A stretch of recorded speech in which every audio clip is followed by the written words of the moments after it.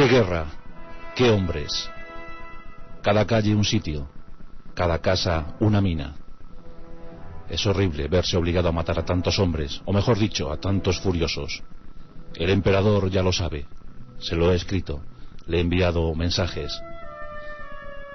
Esta guerra será terrible, esta guerra de hecho es terrible.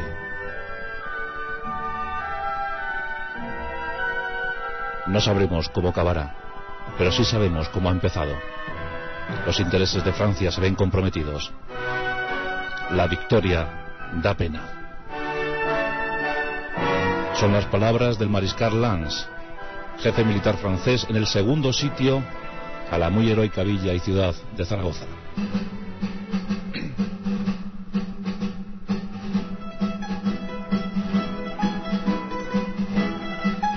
Esta noche, amigos, en nuestros pasajes de la historia vamos a abordar uno de los hechos más asombrosos, más épicos, más sublimes de toda nuestra historia.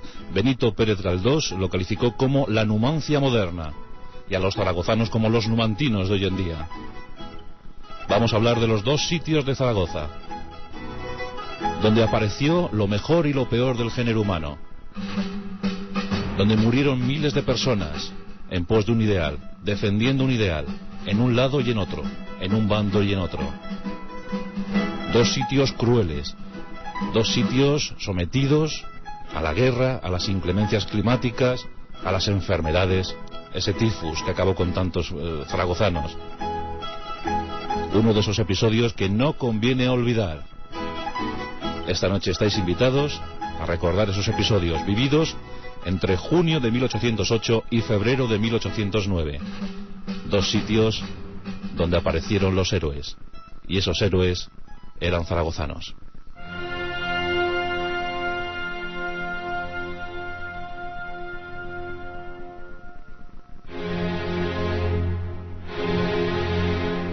Los sitios de Zaragoza nos dan muchos nombres para la gloria.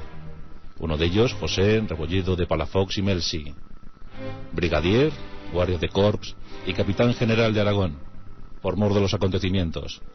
Acontecimientos trágicos, rápidos, tremendos, casi surrealistas, los que se vivieron en este país allá por el año 1808.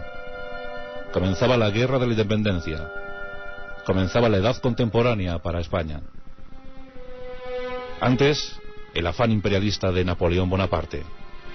En 1807, con el pretexto de ir a luchar contra los portugueses, las tropas francesas irrumpieron en España. El propósito no era ir a Portugal, el propósito era quedarse y aniquilar cualquier sentimiento de unidad nacional que hubiera en este país. Napoleón quería España, quería quedarse con este gran portaaviones de Europa, y lo iba a conseguir, o por lo menos lo iba a intentar. Un pequeño obstáculo, la tenacidad, el tesón, la cabezonería de los españoles.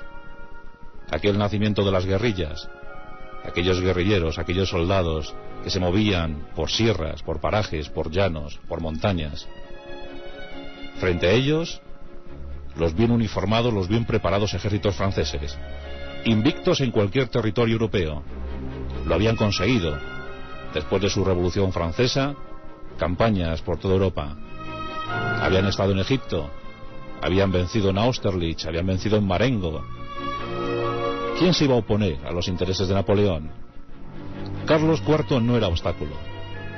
Su primer ministro Godoy había sido derrocado en marzo de 1808. Dicen que tras la conjura se encontraba el hijo de Carlos VII, Fernando VII. Carlos IV abdicó en su hijo, pero la trampa de Bayona hizo que Fernando quedara en territorio francés. Desde entonces sería el deseado. José Rebolledo, de Palafox y Melzi, pertenecía a la camarilla de amigos de Fernando VII e intentaba rehabilitar, recuperar a Fernando para el trono. Dicen que intentaron dirigirse a Bayona para comentarle qué debían hacer, qué instrucciones debían recoger. El 2 de mayo de 1808 la población madrileña se alzaba en armas. La reprimenda francesa fue muy severa, más de 1000 fusilados en Madrid. Y otras ciudades iban sumando al esfuerzo. Al poco de la sublevación, las noticias llegaban a Zaragoza. Zaragoza era una ciudad próspera, Una ciudad de comienzos del 19, con 55.000 habitantes y con cosas que contar, con cosas que ofrecer. Una minoría burguesa muy asentada, muy acomodada. Una población que el 80% de ellos eran analfabetos, pero que desde luego eso no les privaba de tener ciertas comodidades, ciertos privilegios para la época. Zaragoza era una ciudad bella, una ciudad de calles pequeñas, intrincadas, que luego servirían para esos sitios. Tenía dos iglesias catedralicias, la Seo y el Pilar, el gran reducto del Pilar, la Basílica del Pilar. 40 conventos y monasterios. También la universidad, también la Academia de Artes y Oficios de San Luis. 2 periódicos y buena gente, muy buena gente, dedicada a la agricultura, a la ganadería, al comercio. Por cierto, en esa población de 55.000 personas había una colonia francesa, de origen francés, de un 10%, más o menos unos 7.000, 8.000 personas eran de origen francés. La ciudad era poco defendible. Los muros de Zaragoza consistían en tapias y casas con huertos, y prácticamente cualquier militar pues no debería presentar ningún problema, ninguna traba a la ocupación militar de Zaragoza. Nada hacía pensar lo que iba a ocurrir unas semanas más tarde de la sublevación madrileña, pero ocurrió. José Rebolledo de Palafox y Melsi, nacido en Zaragoza, se encontraba casualmente en su ciudad natal. La situación en Bayona no había sido nada halagüeña. ¿Qué hacer? ¿Qué decisiones tomar? La ciudad se iba a levantar en armas, por supuesto, pero con muy pocos efectivos. La guarnición zaragozana, la capitanía general, era muy pequeña, muy reducida, un cuadro de mandos de 113 oficiales, casi todos fuera de la ciudad, una compañía de fusileros con 178 hombres y unos 500-600 reclutas en la ciudad y en las afueras. Muy poca guarnición, apenas 800 efectivos. Con lo que no se contaba era con la predisposición de la población civil. Aquí hay que hablar de algunos líderes populares. Es el caso de Jorge Ibor, más conocido por todos como el tío Jorge, un hombre de alpargata y cachirulo, un hombre dispuesto a levantar a sus paisanos en armas contra la ocupación francesa. Como os he dicho, Palafox era adicto a Fernando VII, era amigo de Fernando VII. En mayo de 1808, el 26 de mayo de 1808, el tío Jorge anima a Palafox a convertirse en capitán general de Aragón. Durante unos meses, Palafox iba a ser la máxima autoridad del país en Aragón. Darían fieras muestras de heroísmo. La cabezonería de un Palafox de 33 años iba a dar al traste con muchas de las aspiraciones francesas, porque los franceses se las prometían muy felices.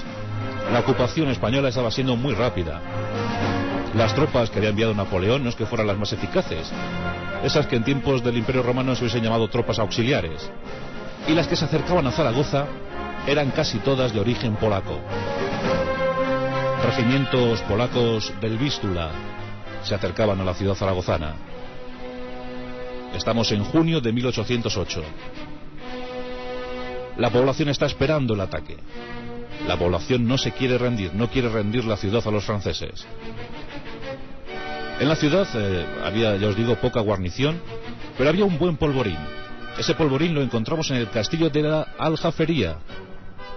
En la Aljafería se encontraban 25.000 fusiles y unos 80 cañones. El primer comandante militar de la plaza, el general Guillermí, accede a entregar algunos fusiles, unos 5.000 fusiles, a la población civil. Los zaragozanos se empiezan a armar. Empiezan a hacer acopio de toda clase de provisiones. Las casas se convierten en fortines. Los conventos, los monasterios también. Trincheras por todas las calles. Se levantan empalizadas. Todo está preparado. La ciudad es dominada por 3 lomas. 3 lomas que desde luego se ponían a tiro